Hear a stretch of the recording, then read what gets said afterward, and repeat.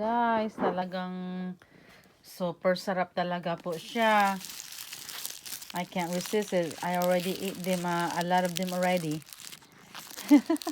Dahil napaka-smooth, irresistibly talaga siya, guys. Ang Lindor. May iba-iba po siyang klaseng flavors.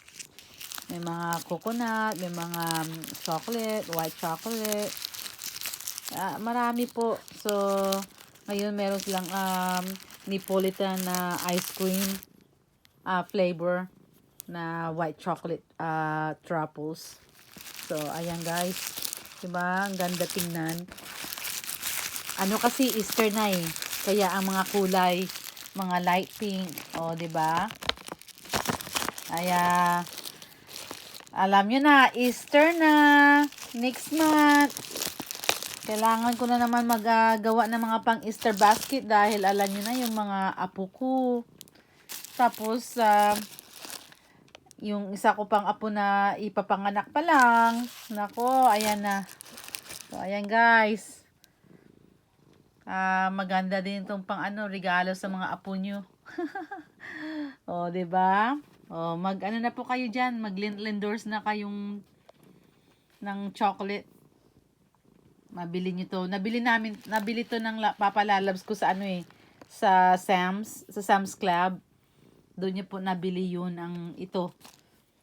Ang white chocolate na Lindors. So, let's eat some Lindors. Grab some. And try some. O, di ba? Ang ganda ng kulay. Oh, parang Holin.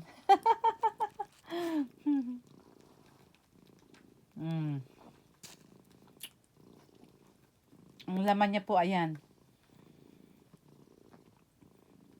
Vanilla chocolate at saka, strawberry. At taste, ice cream po siya. Very, cool ang lasa. Ang taste niya, very smooth. And I like it because it's not too sweet. So it's just right because I love white chocolate. So it blend in.